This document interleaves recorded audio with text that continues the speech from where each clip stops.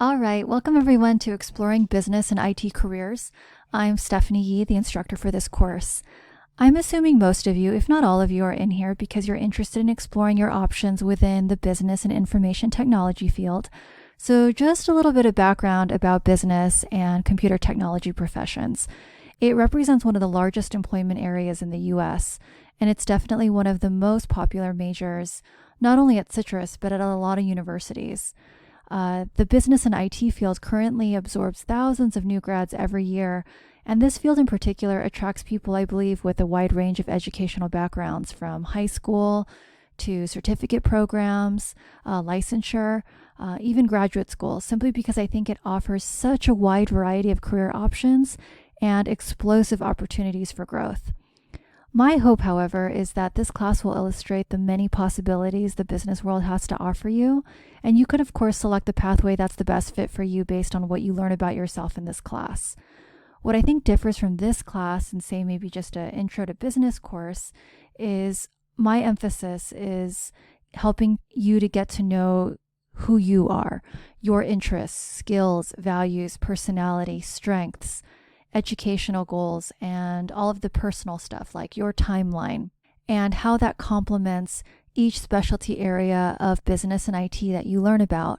You may even decide, after getting to know yourself a little bit more and all of the different opportunities, that it may not be the right career fit for you, and that's totally okay.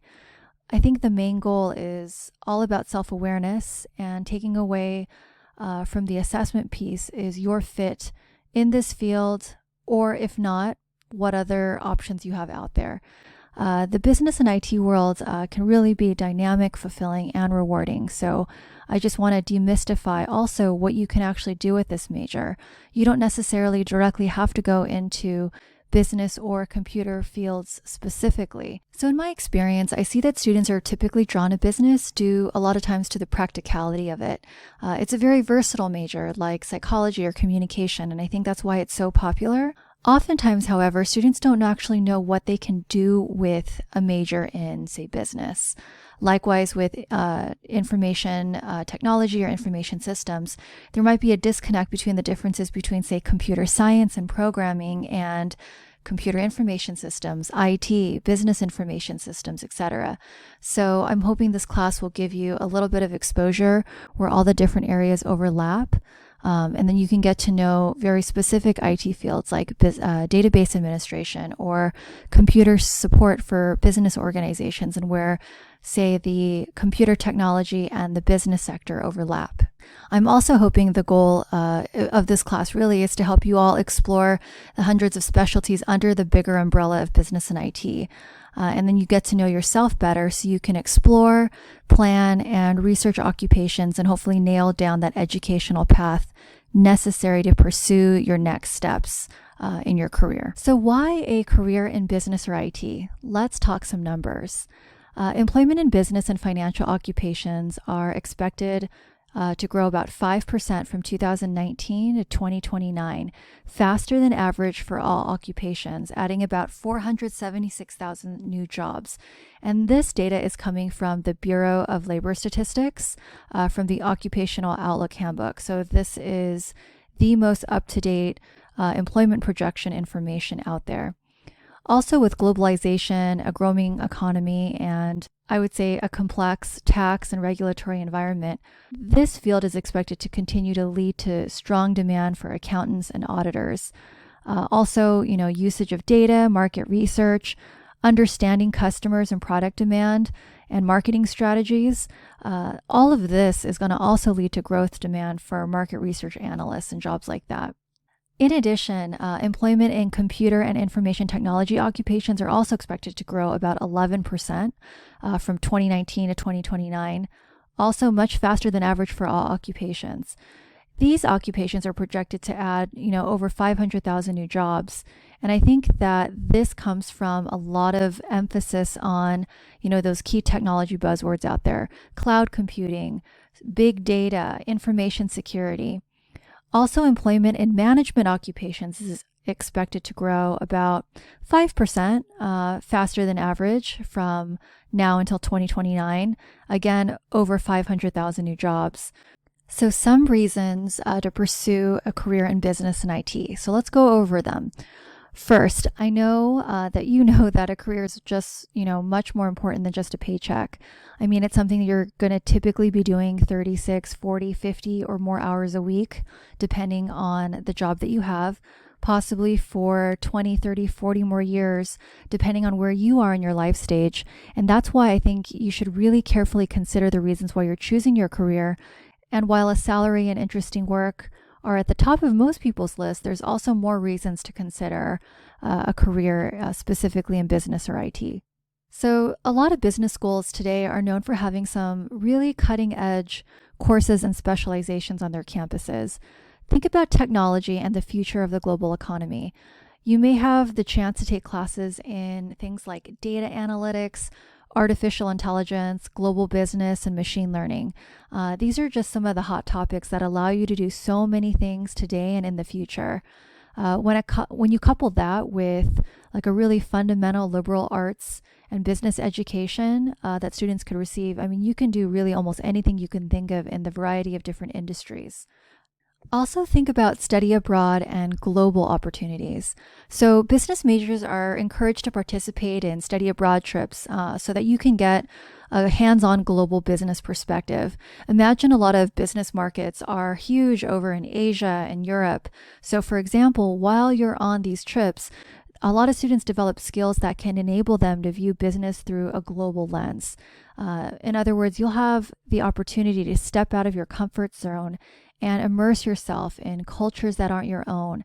And some of the skills that come out of that would be like sympathy, collaboration, open-mindedness, adaptability, and flexibility, all of which are extremely valued to employers. Now, soft skills, as I was mentioning, are equally as important to hard skills. And what I mean by that is things like communication and teamwork skills. These are super valuable, along with delegating, decision making, mentoring, assertiveness, emotional intelligence, time management, persuasion. All of these soft skills are usually honed in on and developed a lot during a business or IT curriculum. Also, some management or business related positions tend to carry added responsibility. So, with that, prestige and elevated pay. This, however, makes leadership an attractive business skill to acquire. However, leadership isn't just useful if you're only a manager. Like, you can lead by example, and this can manifest in a setting as an example for your coworkers, or taking initiative to improve efficiency or workflow by speaking up. Like, if you notice something could be done more effectively, perhaps you can share that and be an advocate for your team. Don't worry if you're shy. Not everyone is a natural born leader, and not everyone loves to be in front of people. And I guess the stereotype of what a leader should be, or what they usually do, like on television, or it's how it's portrayed in the media. But simply, if you have a knack for guiding projects, communicating a vision, or just motivating teammates, you have leadership potential already, and that could be further developed, again, as a business major. So there's also creativity. It's inevitable that problems will arise at work, and when I say creativity, it doesn't mean that you need to be necessarily artistic. It could just be out-of-the-box thinking, really creative intelligence and imagination. And a lot of times you have some unexpected problems. You have to kind of be able to ebb and flow with them. So the first step in problem solving is accepting the challenge and committing to the most positive outcome possible. So if tried and true solutions fail, you can do some out of the box thinking and come up with a possible fix. And if you're a creative visionary, you can be a creative problem solver, eyeing challenges from different perspectives, figuring out what separates your team from its potential, possibly asking really great questions that contributes to problem solving. So again, another great skill.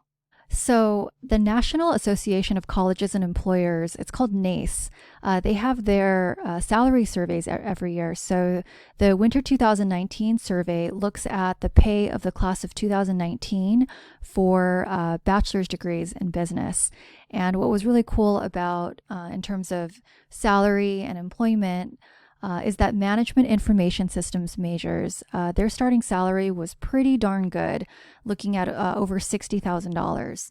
So followed by management information systems were majors like in economics, finance, accounting, and then of course management majors.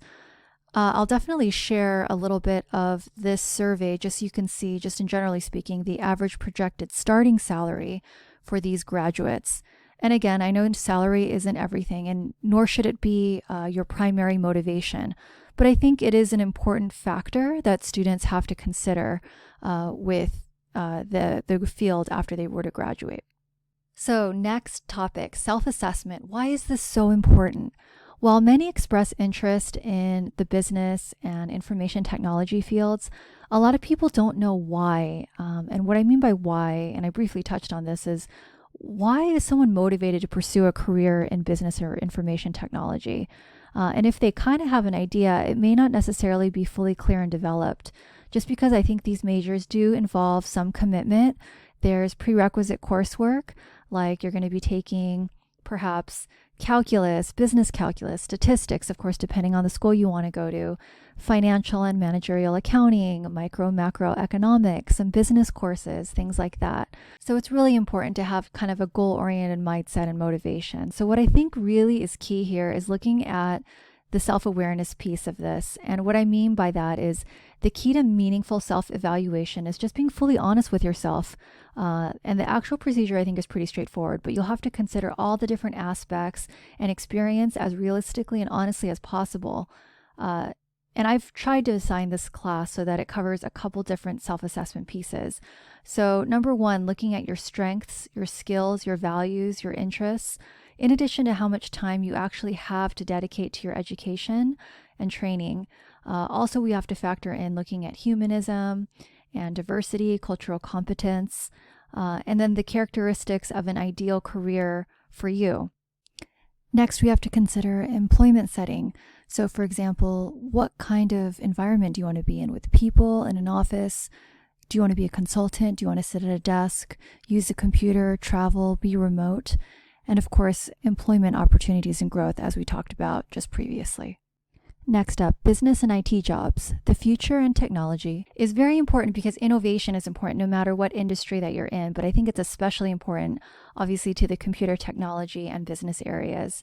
With the increased prevalence of, cloud computing, data storage, internet technology, just in our daily lives, I think it's just permeating everything about our normal existence. So really modern companies are relying more and more than ever on employees who have experience in not only business and traditional management and that kind of stuff, but also technology skills.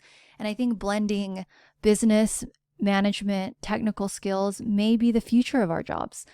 You may choose to pursue more tech-focused, roles related to IT management or network administration, or you may simply lean more towards the traditional business side, like finance or human resources, project management. But there's tons of different opportunities that kind of hybrid the two together.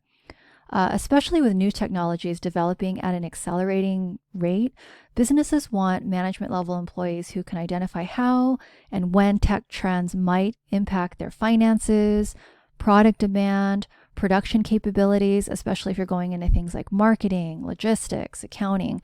So I think it does spread a lot further than you think.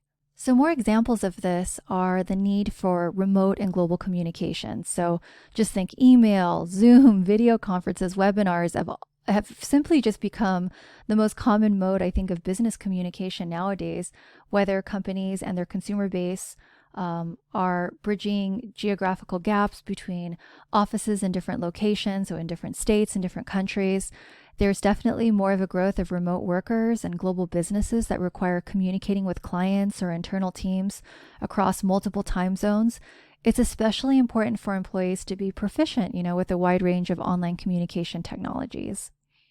Even with management strategies, those looking to move into a management role, it's going to be very important that you understand how complex processes require understanding of timelines, available resources, and other capabilities.